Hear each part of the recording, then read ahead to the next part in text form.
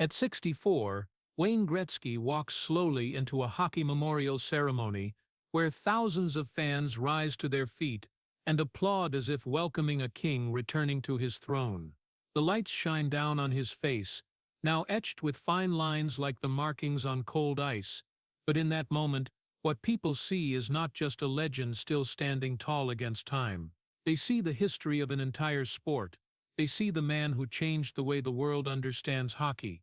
No one has ever touched the heights he reached: 894 goals, 1,963 assists, a total of 2,857 points, a number so colossal that commentators had to admit, no one will ever break it. He is the only player in history to score over 200 points in a single season, and he did it 4 times. 15 consecutive seasons surpassing 100 points, 4 Stanley Cups, countless individual awards, and the years that turned the Edmonton Oilers into an icon, into a machine that crushed every limit.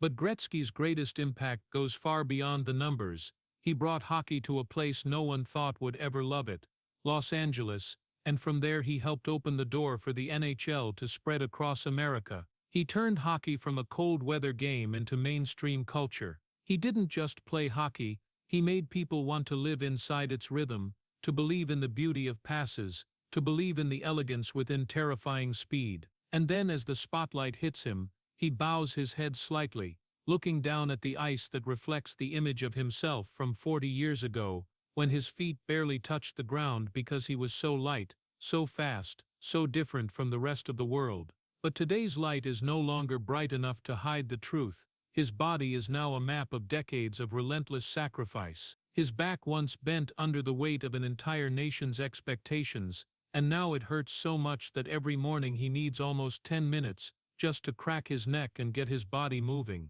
His neck is stiff, his knees are cracked, and his right hand, the one that once controlled the universe on ice, sometimes trembles slightly from nerve damage that has lingered for decades. Every night, when the house falls silent, he sits alone, and the ache of memory cuts like a cold blade, missing his father, Walter Gretzky, who led him onto the ice for the first time, who stood beside him on the days when all of Canada watched every glide of his little boy. Wayne was once a genius praised by the whole world, but the painful truth is that he is also a son growing old, learning to move forward without the most important teacher of his life. That is the tragedy. Many people never see a genius strangled by destiny, too great to live like a normal person, too famous to hurt like a normal person. And now as the lights fade and the applause can no longer drown out the creaking of bones every morning, all that remains is the real story of Wayne Gretzky, the story we are about to face, the darkness behind Canada's greatest legend. If you want to keep exploring the tragic yet heroic hidden corners of Wayne Gretzky's life,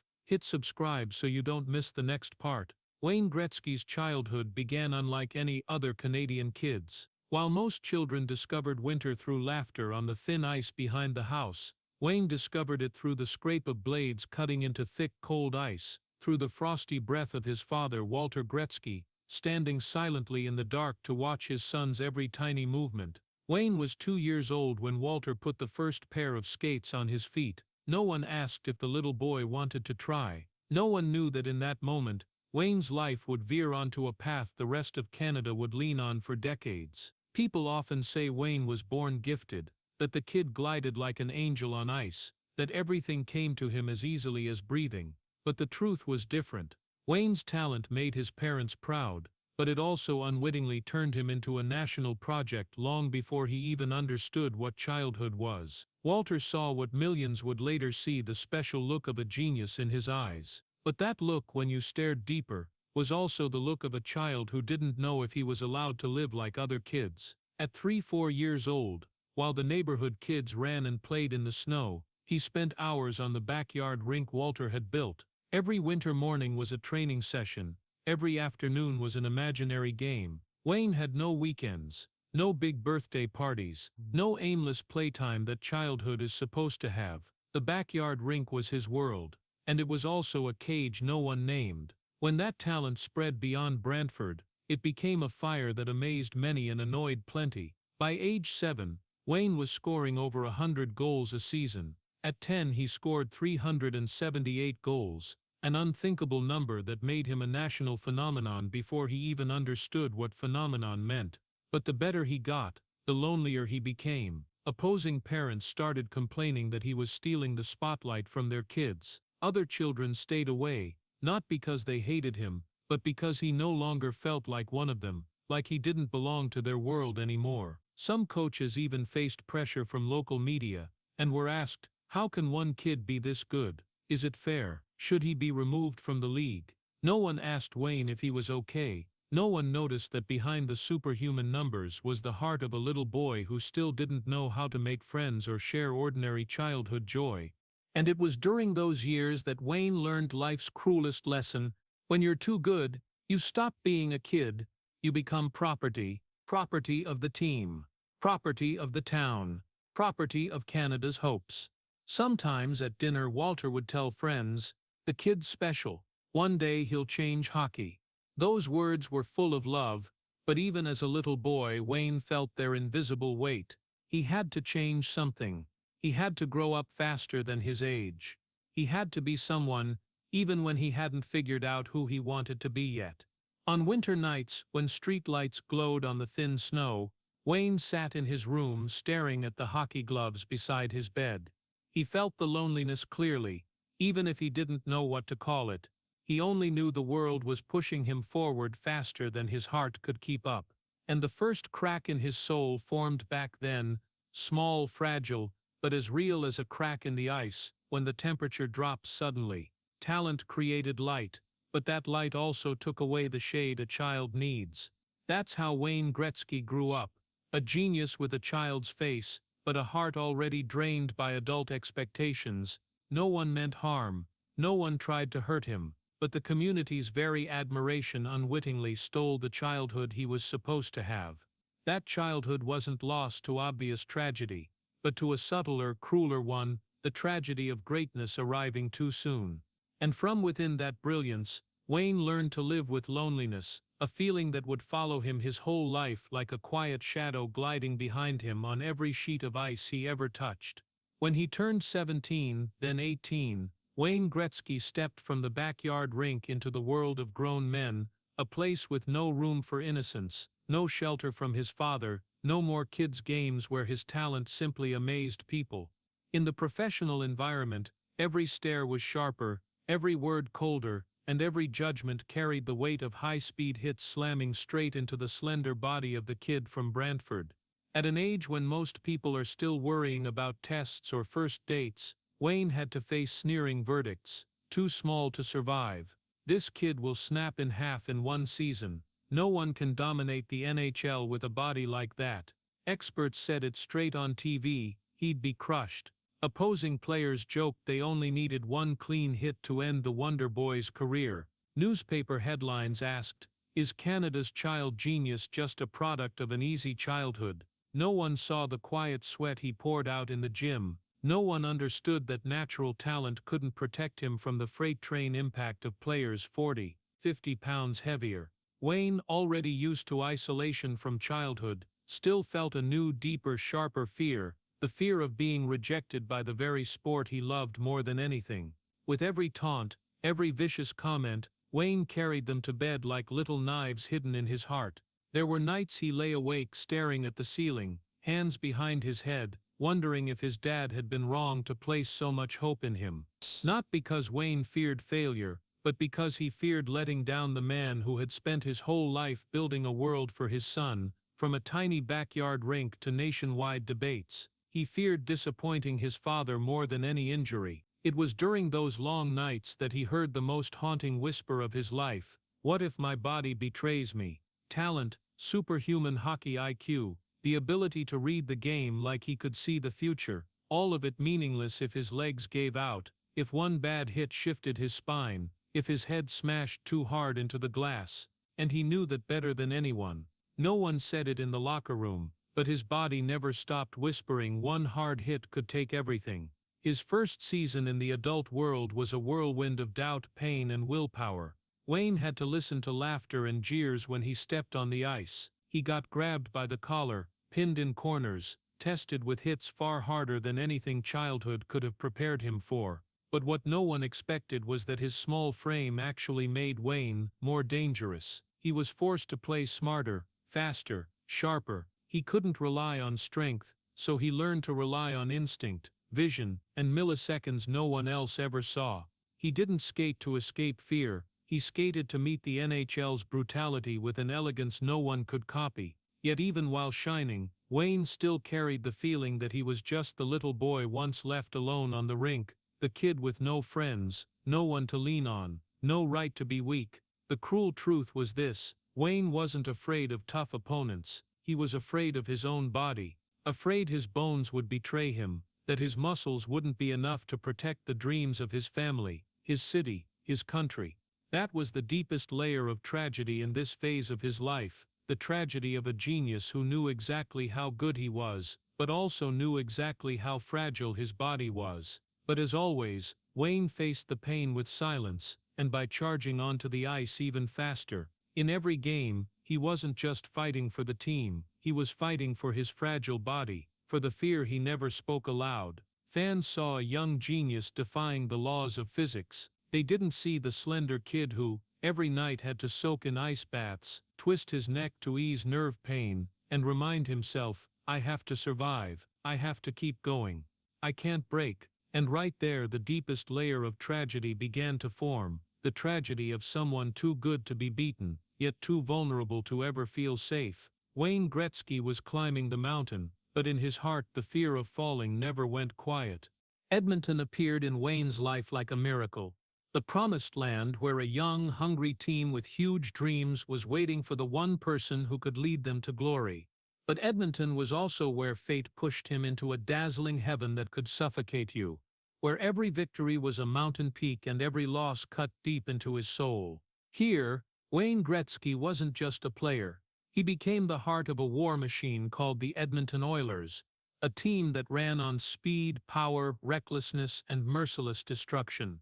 The Oilers of the 1980s didn't just want to win, they wanted to crush opponents, rewrite the rules, make the entire NHL tremble when they stepped into Northland's Coliseum. And Wayne, with his slender body but superhuman hockey brain, was the soul of that storm. People praised him as an unbeatable genius, but few understood that to maintain that illusion, Wayne paid with his health and his peace of mind. With the Oilers, every season wasn't a handful of tough games, it was hundreds of high-speed collisions, hundreds of moments when his body got slammed into the boards or swept away by defensemen twice his size. The NHL back then was far more brutal than today, fewer protective rules, more dirty play, and every team had enforcers ready to take him out just to send a message: we will not let your genius rule us. And every time he fell on the ice, all of Canada held its breath. Every time he got pinned against the boards,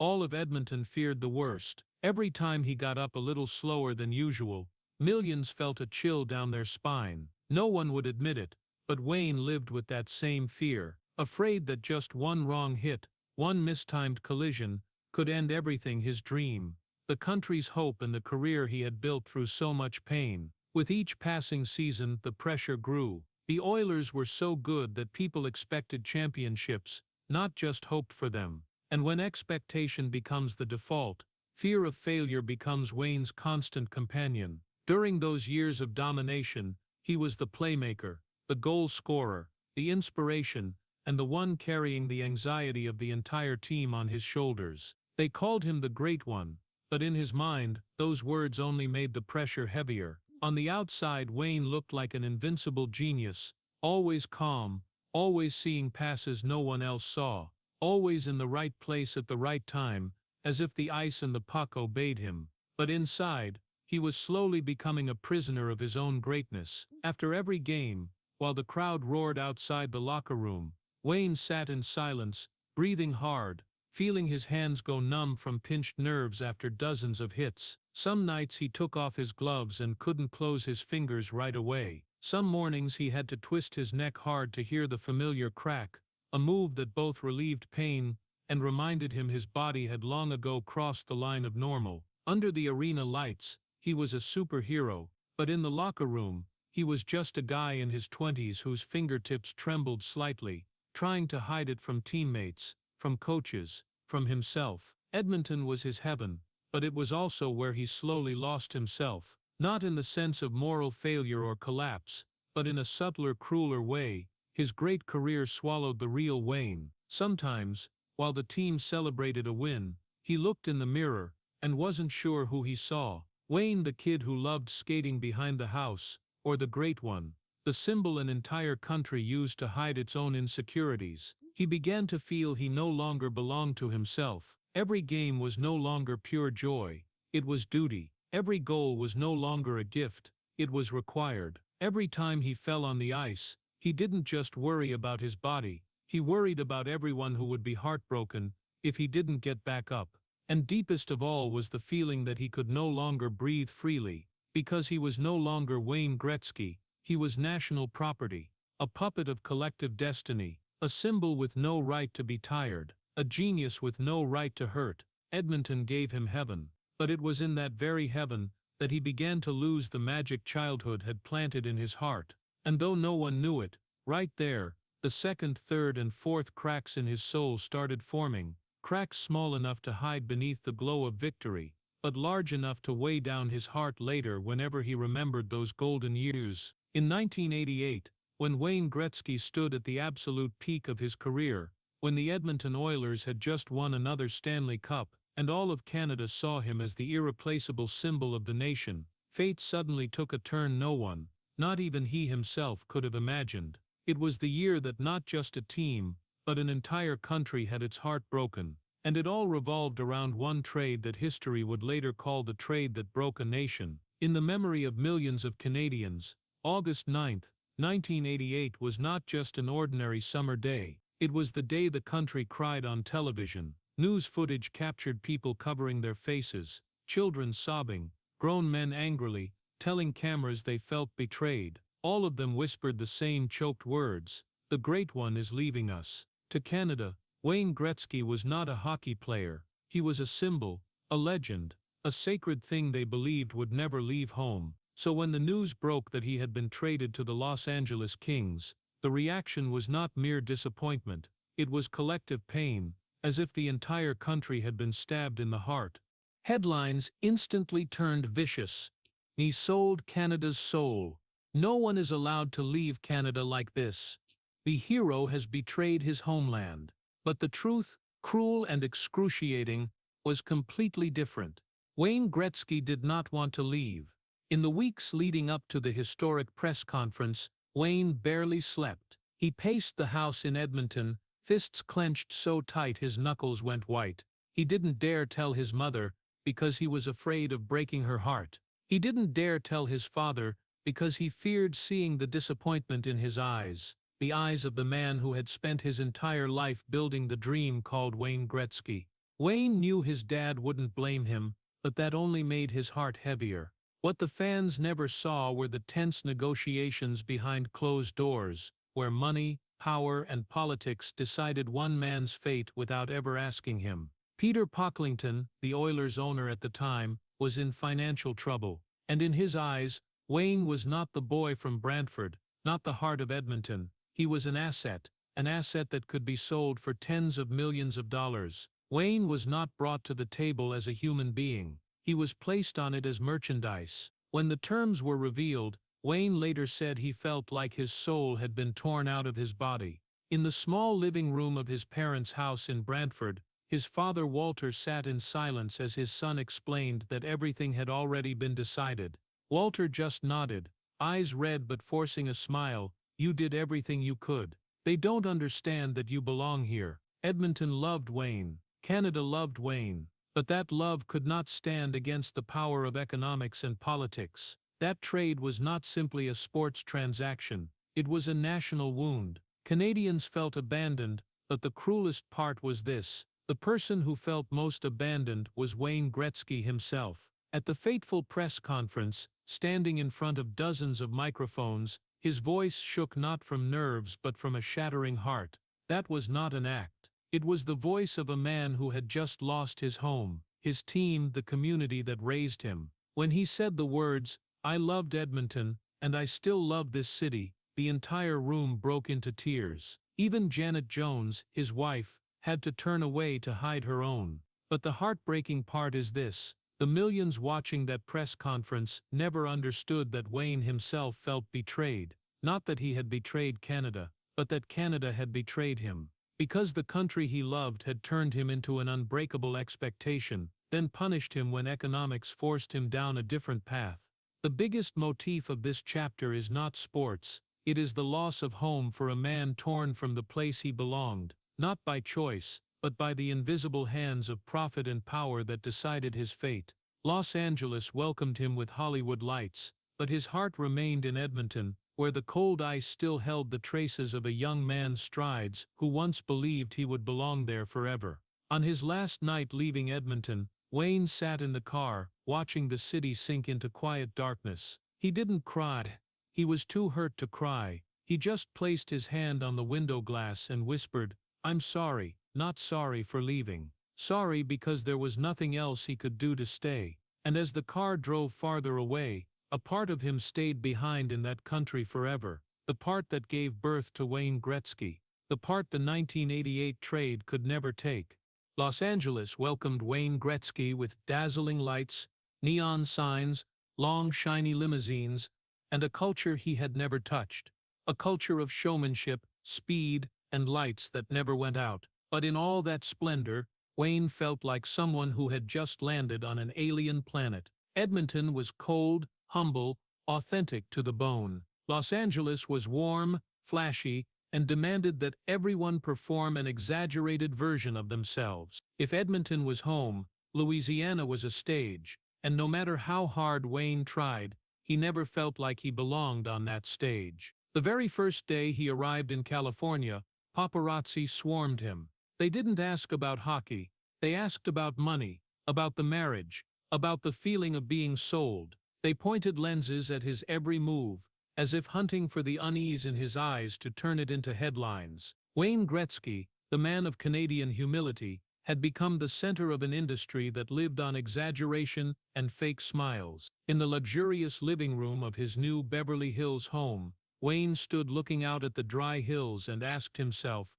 "Who am I in this world?" In Brantford, he was Walter's son. In Edmonton, he was the heart of the Oilers. But in LA he became the biggest star ever brought to this city, not a person, but a pre-built expectation. He lost his identity, but he didn't dare say it out loud. On his first day at the King's rink, he shook hands with new teammates, smiled for the cameras, pretended to be confident. But inside, he felt like a spiritual immigrant, ripped from his Canadian roots, and thrown into a place where he had to grow up all over again, even though his fame had arrived thousands of steps ahead. And then every night when the doors closed, Wayne came back to his real body, the body worn down after grueling season with the Oilers. He sat on the edge of the bed, hugging his aching knees, feeling the numbness spread from his back down to his feet. The hits from Edmonton left clearer consequences in LA, where the warm air exposed the weakness the Canadian cold had once hidden.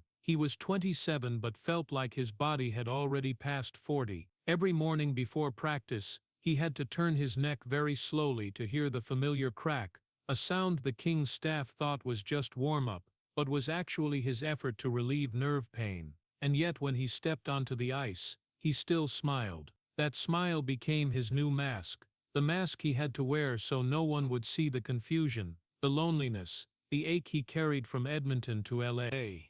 This was the period when Wayne wore the happy mask, like Simon Cowell at the height of glory, shining in public, breaking in silence. Every game, he had to play not just for the Kings, but to prove to all of Canada that he had not betrayed them. Every pass, every goal, every interview was an unspoken test. He understood perfectly. He had to be worth the record trade price. He had to be worth the nation's pain. He had to be worthy of bringing his name to a market that had never believed in hockey. The truth is, never in his life had Wayne felt so closely watched. The arena lights in LA weren't cold like Edmonton's, but they were brighter, harsher. They didn't forgive mistakes. They magnified them. Some evenings after games, Wayne didn't go to parties. He drove alone down Sunset Boulevard, watching the lights blur past the windows, wondering if the people laughing in the bars knew how lost the man they called the Great One really felt. In Edmonton,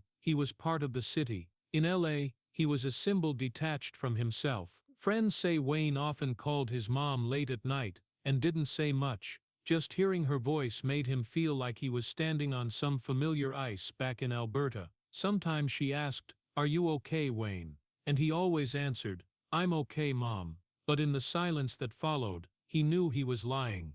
Los Angeles gave him a bigger stage, a gigantic market, but it never gave him belonging. He drifted in crowds, drifted in camera flashes, drifted in praise he didn't believe, drifted through parties he couldn't remember. Edmonton had been Wayne's heaven. LA was where he learned to smile when his heart didn't want to stand straight when his back hurt, to fake confidence when his mind was drowning in doubt. And even though his Kings years would later be celebrated as the journey that opened the era of hockey in America, Wayne always knew this was also the period when he lost a piece of his soul in light so bright it covered every trace of confusion, until he himself could no longer tell where Wayne Gretzky ended and the image the world wanted him to be began. Los Angeles didn't just take away Wayne's sense of belonging, it began taking away the one thing he thought would stay with him longer than anything else: his body. During his early Kings years, Wayne still played like a magician on ice, but only he knew that magic was becoming more costly by the day. With each passing season, the speed, the thing that once stunned the entire NHL, started to fade. The slips and dodges he once did almost instinctively now felt heavier, half a beat slower. To fans, Wayne was still unrealistically brilliant, but to him, every tiny slowdown was an alarm bell. On the ice, he hid the decline with experience, vision, and hockey thinking no one could match.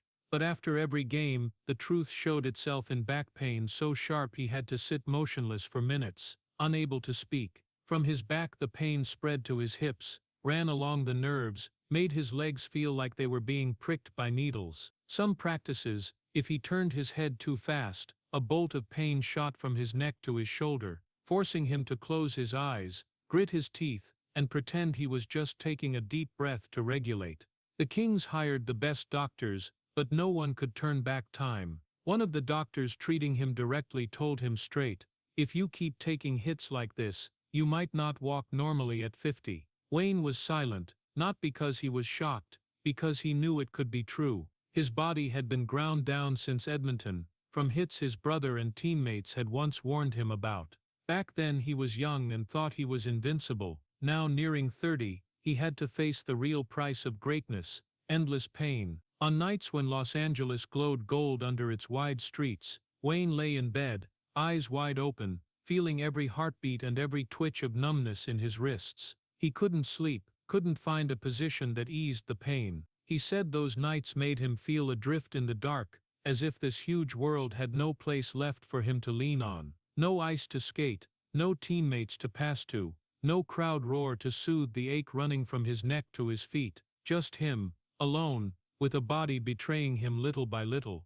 Every morning at the rink he disguised his exhaustion with a smile, the mask that had become habit since arriving in LA. Wayne didn't want his teammates to worry, didn't want the coach to know how bad the pain really was, didn't want the public to see signs of decline, because his existence on the Kings wasn't just a career, it was the hope the whole team clung to. They expected things from him, LA expected things from him, and Canada, even after the hurt of the 1988 trade, still watched him with quiet faith that Wayne would remain their light. But the body doesn't lie. It speaks in stabs of pain, in the heaviness every time he stood from a chair, in the days he had to snap his neck back into place just to get temporary relief. During the LA years, Wayne realized what every great athlete eventually faces: no one beats time. No one keeps peak speed forever. No one escapes the truth that every fall on the ice leaves a mark. But for Wayne, the greatest pain wasn't physical. It was the mental fear, the fear that one day he would no longer be fast enough, sharp enough, smart enough to outthink his body's decline. And the world would see it. That fear, for the first time in his life, made him doubt himself. Sometimes, sitting alone in the dark locker room after games, he looked at his skates and asked, "How long until I no longer deserve these? How long until my hands aren't steady enough to control the puck like before? How long until I'm no longer the great one, even in my own eyes?" His body began to betray him, but Wayne refused to let himself betray his legacy. He trained harder, spent hours in therapy, learned to change his game to take fewer hits. He fought not to beat opponents, but to beat the signals of decay knocking on every joint. And the most tragic truth of this chapter is this: Wayne Gretzky, the man who always made hockey look like magic, now had to fight every single day just so his body wouldn't take away the most important thing in his life. But he still stood tall, still played, still smiled, because he knew legends are not allowed to fall, even when they hurt so much they can't sleep. By the late 1990s, when Wayne Gretzky's body was sending clearer signals than ever before, fate began whispering what he had tried to ignore for years. It's time. Fans still saw a smooth, brilliant Wayne, always in the right place, always passing to the right man. They saw a genius who never truly declined, but only Wayne, and the relentless pain knocking inside his body, knew the clock beside his career was counting down. Mornings he had to turn his neck slowly, feeling the crack like a cruel reminder he couldn't play much longer. Games he had to hide the pain shooting from his back to his legs by skating softer, smarter, but no longer with the fury of his 20s. And every time he stood in front of the mirror after a game, he saw in his own eyes something he had never admitted to anyone: the exhaustion of a man trying to hold on to what had defined him his whole life. Then came the day he knew he had to say goodbye to the ice, even though his heart wasn't ready. Retirement day arrived with all the glory befitting a legend. The stands rose, the cheers went on forever, banners everywhere, tears from fans who had grown up with him, commentators choking up as they spoke of a career no one could touch. The entire hockey world seemed to hold its breath in that final moment, but inside the dark, quiet locker room where the walls swallowed every clap, Wayne felt like he was attending his own funeral, not the career dying, but a piece of his soul. He set his gloves on the table and stared at them for a long time, as if looking at two pieces of a person he was about to part with forever. Who am I if I'm not the great one? What's left when the lights go out and the cheers disappear? Those weren't impulsive questions. They were the deepest fear of a man who had lived his entire life inside the frame of a legend. Wayne never chose to become an icon, but when all of Canada called his name like a sacred part of the nation, it stripped him of the right to be weak. And now, as the final jersey was hung up, Wayne felt as if his own identity had been hung up with it. Even as he stepped onto the ice one last time, the puck rolling gently from a teammate, the roar crashing in like a wave, he still felt an emptiness larger than any arena. Wayne smiled, waved, looked at each teammate one by one, but inside his head rang the simple, brutal sentence: it's over. No more mornings waking up thinking about the puck. No more red-eye flights in the middle of the season. No more living inside speed, passes, tactics, adrenaline. No more place where pain had meaning. The man who made hockey history now had to face something no coach had ever prepared him for: a future without ice, without fans, without the Wayne Gretzky the world once knew. Walking out of the rink for the last time, he heard someone call his name, but he suddenly realized that name no longer belonged to a human being. It belonged to a legend, and legends have no right to live normally, no right to start over, no right to be afraid. But Wayne was afraid. He was afraid of mornings when he wouldn't know what to do, afraid of the feeling of having no goal, afraid of the vast silence of life after hockey, afraid of the very question that had haunted him for years: if I'm no longer the great one, who am I? No one could answer for him. No trophy, no statue, no cup. In that moment, Wayne Gretzky, the man the whole world called the greatest, became Wayne again. The little boy who once stood on the backyard rink, shivering in the cold and the endless expectations.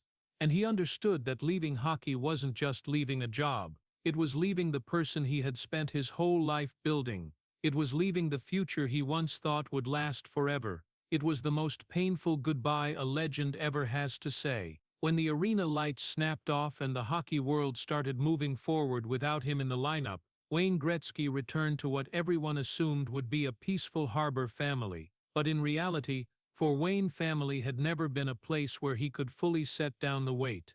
On the contrary, it was the mirror that reflected his deepest fears, the ones he had ignored for years because he was too busy chasing opening face-offs and never-ending seasons. Janet Jones, the woman he loved and chose as his life partner, never left his side for a single step.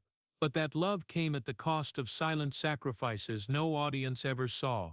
When Wayne was the center of a nation, Janet had to accept becoming the shadow behind that legend, a patient, strong shadow that also broke quietly many times. Behind every flight, every game, every season were dinners. Janet ate alone. Nights she put the kids to sleep with an empty side of the bed where Wayne should have been. Times she learned her husband was injured from the news before she heard it from him. People called Wayne Canada's pride, but no one knew the price his family paid for Canada to have those moments of glory. When Wayne came home after retiring, Janet held him for a long time, not to celebrate a new chapter, but as if she knew the man who had just walked back in wasn't the 20-year-old Wayne, but a tired, lost Wayne who wasn't sure who he would become next. She stood beside him, but Wayne saw in his wife's eyes the thing he feared most: exhaustion built up over the years. Then there were the kids. If people believe becoming a father made Wayne's life complete, that's only half the truth.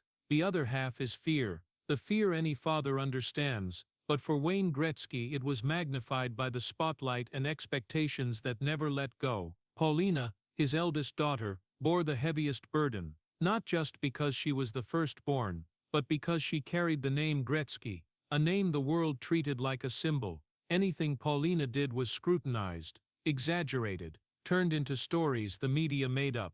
When she stepped into entertainment, the public didn't see her the way she wanted to be seen. They saw the great one's daughter. Wayne would watch the news, see his daughter's picture in the papers, and feel anxiety squeeze his chest. He wondered if he had unwittingly passed down a legacy his children never chose, a shadow so large that not even his own kids could escape it. Some nights when the house was asleep, Wayne sat in the dark living room, staring out the back window and whispering to himself, "I was gone too much. I missed the best years of my kids." He remembered birthdays he missed because of games, school performances he only saw on video, conversations with his children that never happened because he had to catch a flight before dawn. And then there were moments that made Wayne turn away to hide tears, like when his son Trevor asked, "Are you gonna be home tonight, Dad, or do you have to go to work again?" It was a simple question from a child, but to Wayne it was a knife twisting in a heart already fragile after retirement. He could face the toughest defenseman in the NHL, but he couldn't face the feeling that he had missed too much as a father. Deep down, Wayne Gretzky, the hero of Canada, the man who made an entire country rise every time he touched the puck, felt like a failure inside his own family. And no trophy, no statue, no Stanley Cup could soothe that truth. He started spending more time with his kids after retirement, trying to make up for the lost years. But he also knew some things could never be reclaimed. The childhood smiles he missed, the hugs he wasn't there for, the tears his kids cried that Janet wiped away alone. Sometimes Wayne asked himself, if he had never become a legend, could he have been a better father? If he hadn't carried an entire country on his shoulders, could he have carried his family more lightly? In those moments, the man who once shook the hockey world became incredibly small. And perhaps it was inside his family, where it should have been the safest place, that Wayne first understood the tragedy of a legend lies not in the injuries on the ice, but in the wounds in the heart that the father and husband in him couldn't prevent. Family was Wayne's anchor, but it was also where he faced most clearly everything his legendary career had taken away. The tug-of-war between being a father, a husband, and a national icon was already heavy enough to keep Wayne awake many nights. But the greatest pain came from a place he was never fully prepared for: the death of his mother, Phyllis Gretzky, the woman who always stood behind the brightest triumphs, the only person who could see the little boy inside the legend the whole world called the Great One. Phyllis was never loud. She rarely appeared on television, never gave interviews, never told the world about the years she drove her son to practice in freezing cold. But she was the quiet heartbeat of the Gretzky family, the thread that kept everything balanced, the place Wayne came home to when life became too heavy. She was the only one who ever said the words all of Canada never allowed him to hear: "Just rest, son." A simple sentence, but full of a mother's love. who understood her son carried more than anyone should. When she passed away, Wayne felt the ground disappear beneath his feet. At the funeral, he stood in the church, staring at his mother's photo on the altar, while every sound around him felt muffled. Thousands had seen Wayne strong on the ice, sharp in interviews, always knowing what to do under pressure, but no one saw the man trembling as he held his own hands to keep from collapsing. As the casket was lowered, Wayne bowed his head, and in that moment every career peak became tiny before a completely personal loss. All his life he had been required to be strong, clear-headed, unbreakable. But standing at his mother's grave, Wayne was just a son who had lost the first person who believed in him, the first who saw his talent, and the last who loved him not because he was the great one, but because he was Wayne. When the service ended, Wayne walked out of the church like a man lost. The cold wind wrapped around his coat, but he felt nothing. A few friends put hands on his shoulder, but he didn't hear what they said. Janet walked right beside him, but he couldn't speak. After every big game, Wayne had a habit of calling his mom, not to brag about achievements, but to hear her ask the small things. Are you tired? Is your back hurting? Did you eat today? Those simple questions were where he found the peace no rink or trophy could give. And then, suddenly, that habit was gone. In the months after the funeral, whenever Wayne finished a project, opened a charity event, or simply watched old game footage, he would reach for the phone, then put it down when he realized there was no one on the other end anymore. No one to ask if he was tired, no one to tell him to rest, no one to remind him of the human being hidden behind the spotlight. The Gretzky house became quieter. After Phyllis died, the kids felt their father's sadness, but didn't know how to share it. Janet tried to keep everything normal, but in her eyes was the fear that Wayne would sink into that emptiness, and never find his way out. For Wayne, losing his mother wasn't just personal grief. It was losing an emotional anchor, losing the compass that had guided him through all the highs and lows. While she was alive, he always knew that no matter how Canada idolized him, no matter how the media dissected his every step, there was one person who saw him as a child who needed love. When she was gone, that feeling vanished too. That was the moment Wayne realized, arena lights can illuminate a career, but they can't chase away the darkness when your heart loses the person who always reminded you that you don't have to be a legend. And in that silence, he began to feel a loneliness that even the nights in LA had never made him experience, a deep, lasting loneliness that no fame or banners hanging from arena rafters could fill. The loneliness of a son without his mother, the loneliness of a legend with no one left to call after every game. If losing his mother cut Wayne off from life's gentleness, losing his father Walter stripped away the lighthouse that had guided him for over 6 decades. And when both pillars were gone, Wayne truly stepped into a darkness no trophy, no glory could light. Walter Gretzky was not just Wayne's father, he was a cultural icon of Canada, the gentle man who represented the values the country is proudest of: kindness, hard work, humility, and unconditional love for family and community. Walter didn't just create Wayne, he created part of Canada's soul, and so when he passed away in 2021, the entire nation mourned. But the deepest, greatest pain, no camera captured it, lived inside Wayne's heart. The day his dad died, Wayne felt the world stop. He said in a speech afterward, voice breaking in a way millions could feel the shattering inside, "I lost my best friend. I also lost a piece of Canada." Those weren't pretty words. Wayne and Walter weren't just father and son. They were two companions who had walked together through thousands of hours of practice, hundreds of road trips, countless conversations about hockey and life.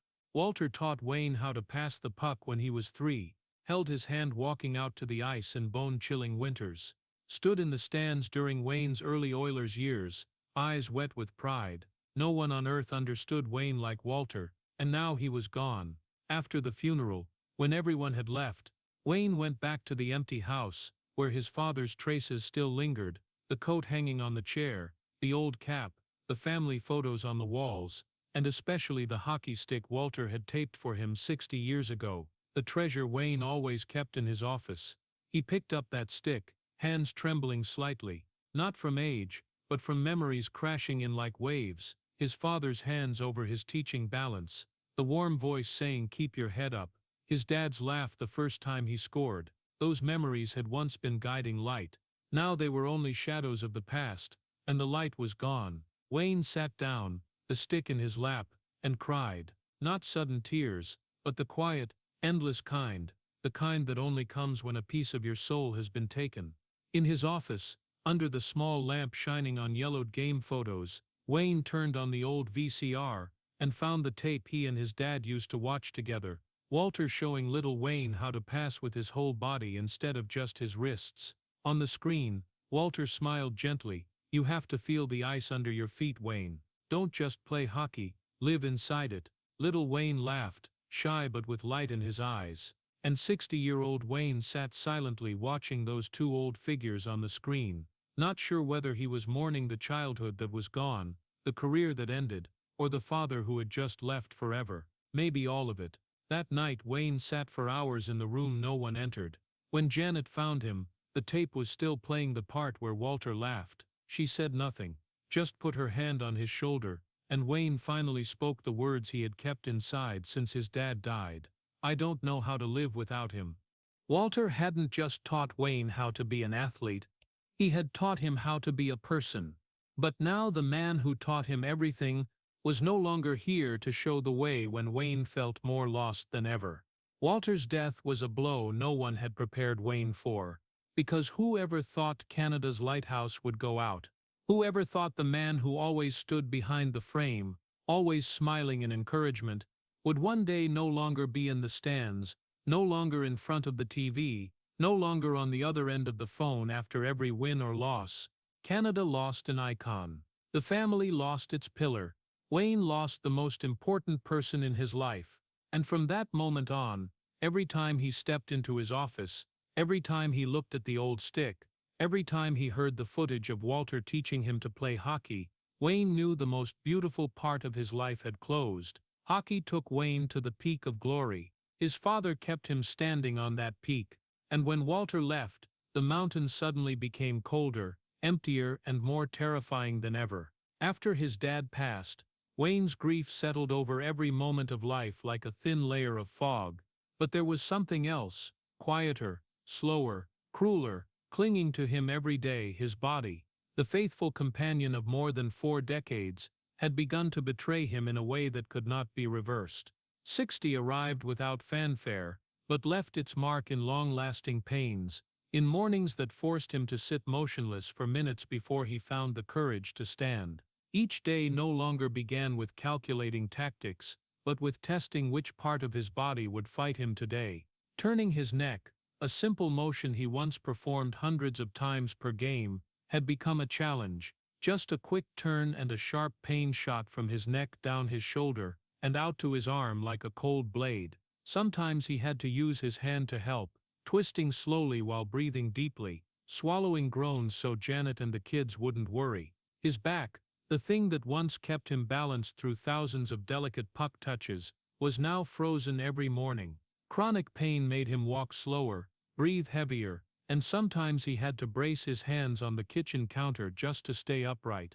Wayne used to joke that he looked like an old man getting out of bed, but behind the joke was a truth no one wanted to hear. It wasn't a joke. His right hand, the hand that rewrote the definition of hockey, occasionally went numb when he held a pen or opened a bottle. A tingling ran along his thumb and index finger, instantly reminding him of the years gripping the stick too tight, the slams into the boards, the games where adrenaline let him forget pain. Now, with no adrenaline left, his body was handing him the bill for his youth. A routine checkup around his 60th birthday left Wayne ice cold. The doctor looked at him, calm but serious. The concussions from your career, they can affect memory as you get older. That sentence froze him, not because he didn't know hockey carried risks, but because memory, especially ice memories, was the door back to childhood, back to his dad, back to the years he felt most alive. Losing memory wasn't just losing recollections, it was losing a piece of his identity. He forced a smile at the doctor, but inside his head, one question rang louder than any arena cheer that ever carried his name. If one day I forget what the ice felt like under my feet, what's left of me? Wayne had never feared getting old, but he feared forgetting. He feared losing the ability to feel the things that made his life. Because hockey wasn't just a job, it was the language he spoke since he was 3, the memories he shared with his father, the first world he ever belonged to, and now that fear became a shadow following him every day. Some mornings Wayne stood at the door, looking at the frost-covered backyard, trying to straighten his back against the needle-like pain. He felt his greatness dissolving piece by piece, not because of time, but because of the physics of a body that had run out. Some afternoons he sat watching old game footage, not to reminisce, but to make sure those moments were real, afraid he might forget them, forget the feeling of skating so fast the wind tore past his ears, forget the puck sticking to his blade like it was connected to his soul. And some nights Janet found him on the sofa, holding the old stick Walter had taped decades ago. He turned it slowly between numb fingers, as if letting go would mean losing the entire past. She asked if he was in pain. Wayne just smiled. "I'm okay," but they both knew it wasn't true. Hockey had given him everything, and now, day by day, hockey was taking back the health he had left. The most heartbreaking part wasn't the physical pain. It was the feeling that Wayne was slowly skating away from the person he used to be, like an athlete fading in slow motion with no way to stop it. For many people, 60 is the age of rest. For Wayne Gretzky, it was waking up every morning to a new game, a game with no fans, no referee, no teammates to pass to, just him facing the very body that once carried him to the top, a body now reminding him that every legend, no matter how great, is in the end only human, and humans don't win forever. As age and old injuries began marking their territory on Wayne's body, he was forced to look at his life from an angle he had never allowed himself to consider before: legacy. No longer having games to define himself, no longer having the rink as a refuge from life, Wayne had to face the question every legend dreads: what will my life mean when the cheers are far away? In the many years after retirement, Wayne poured most of his time into personal projects: hockey academies for kids in Canada and the US, charity foundations helping sick children, programs training underprivileged teens. He never advertised loudly, never put his name on everything, but everyone knew, every project carried his heart. One day someone asked Wayne why he focused on children instead of big leagues or front office roles. Wayne smiled softly, eyes sad but warm. "I want them to feel the joy I once felt. Hockey gave me my whole life.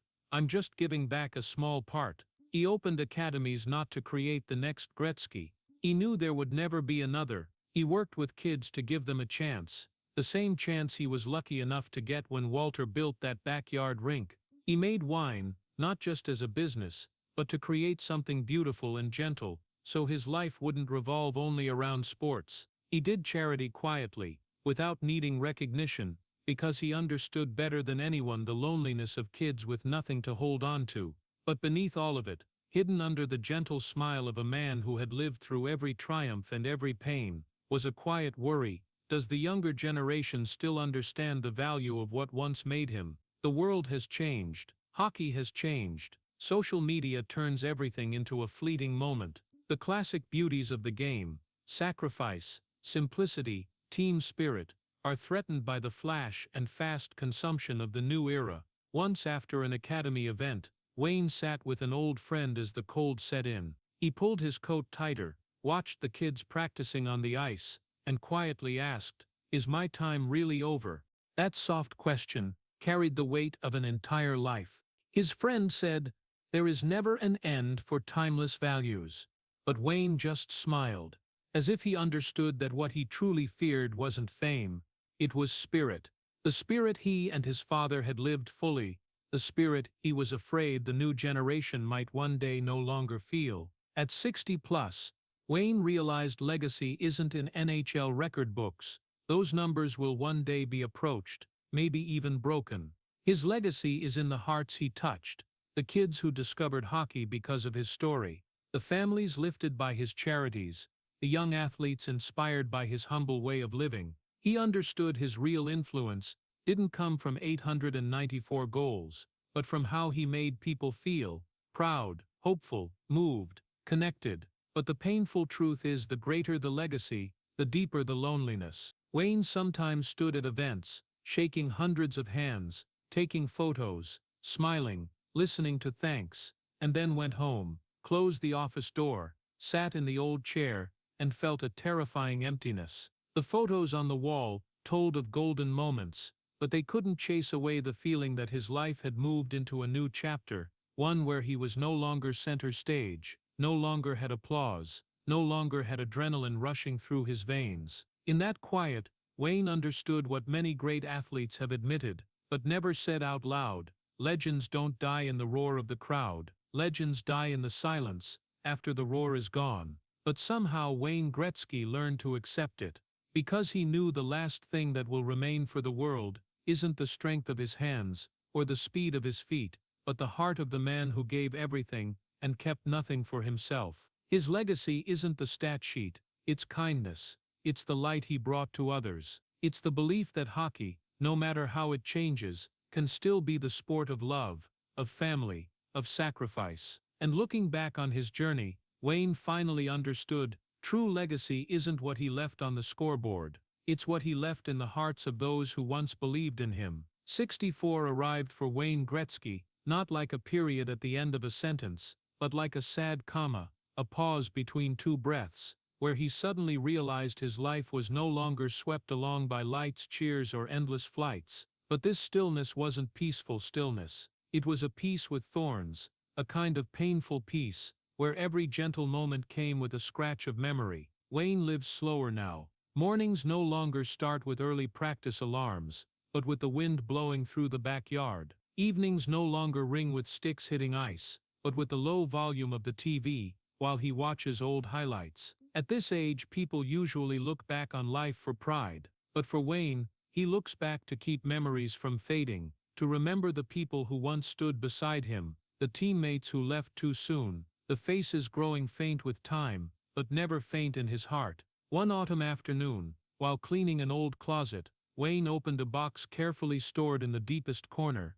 Inside was the 1984 Oilers jersey, the jersey from the season that took Edmonton to absolute glory. Just touching the fabric, he could hear the roar of Northland's Coliseum again, hear blades carving the ice, hear his young heart pounding. But that moment didn't make him proud, it made him cry, because under the jersey he found a yellowed letter, his father Walter's handwriting from 40 years ago. The letter was short, just a few lines: "You don't have to be perfect, just play with your heart." Wayne folded it immediately, because one more word, and he knew he wouldn't hold back the tears. Those words cut through time, like his dad still speaking to him whenever he felt lost. But now his dad was gone, and that letter became the only anchor keeping Walter's memory in his life. Some nights Wayne sat watching old highlights, but not his own. He watched videos of teammates who had passed the ones who lifted the cup with him, who rushed to hug him after goals, who laughed when he made a bad pass.